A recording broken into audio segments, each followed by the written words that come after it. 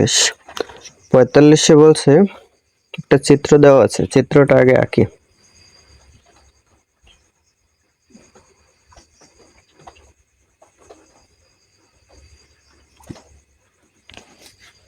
বলছে P Q R S T, তাহলে P Q R এই এস টি একটা ত্রিভুজ, পি কিউ আর ত্রিভুজ। তারপরে আবার বলছে পি এস, এক জায়গায় মান দেওয়া আছে। বলছে কিউপিএস, কিউপিএস মানে এই কোণটা সমান পি কিউএস মানে এই কোণটা সমান বলছে 45 ডিগ্রি। তার মানে এটাও 45 ডিগ্রি, এটাও 45 ডিগ্রি। তারপরে আবার বলছে আর পিটি মানে এই কোণটা সমান বলছে পি আর টি, তার মানে এই কোণটা, এই দুইটা কোণ সমান বলছে 30 ডিগ্রি। মানে এইটা 30 ডিগ্রি, এটাও হলো 30 ডিগ্রি। বলছে কিউএস, এই কিউএস সমান বলছে 4.5।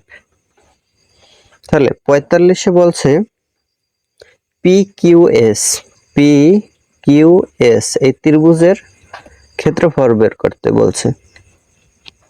তাহলে কিউপিএস মানে এই ত্রিভুজটার ক্ষেত্রফল। তাহলে এই ত্রিভুজটার ক্ষেত্রফল হয় কি হাফ ইন্টু ভূমি পূরণ উচ্চতা।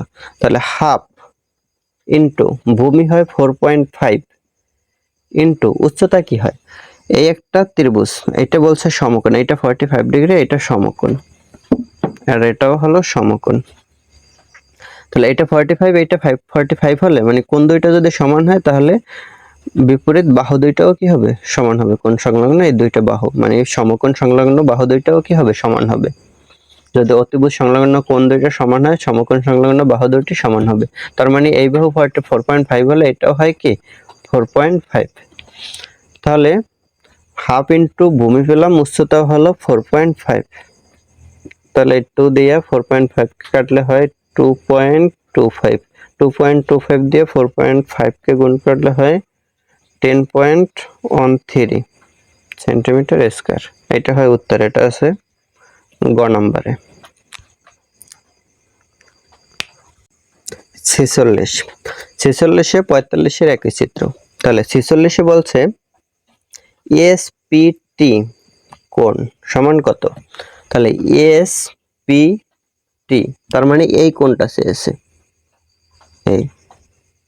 তাহলে এসপিটি কোণটা কত হয়, তাহলে এসপিটি কোণ কি এই তিনটা কোণের সমষ্টি, মানে থেকে যদি এই দুইটা বাদ দেয় তাহলে কিন্তু এই কোণটা পাওয়া যায়। এখন আমরা জানি এই একটা কোণ পি কোণ, কিউ কোণ আর কোণ, এই তিন কোণের সমষ্টি হয় কত 180 ডিগ্রি, 180 ডিগ্রি। তাহলে এইটা থেকে যদি আমরা এই দুইটা কোণ বাদ দিই তাহলে 45 আর 30 হয় 75। তাহলে 75 ডিগ্রি বাদ দিলাম তাহলে থাকে 501, 105 ডিগ্রি। তার মানে এই তিনটা কোণের সমষ্টি হয় 105 ডিগ্রি। তাহলে 105 ডিগ্রি থেকে বাদ যাবে কত, এটা থেকে বাদ যাবে 45 ডিগ্রি আর 30 ডিগ্রি। তাহলে 45 ডিগ্রি আর 30 ডিগ্রি বাদ গেলে এটা হয় যাইয়া 45 আর 30 75 ডিগ্রি। তাহলে 105 থেকে 75 ডিগ্রি বাদ গেলে থাকে 30 ডিগ্রি মানে 30 ডিগ্রি। তাহলে এটা হয় গ নাম্বার অ্যান্সার, মানে তিন কোণের সমষ্টি 180 ডিগ্রি। আবার বলি,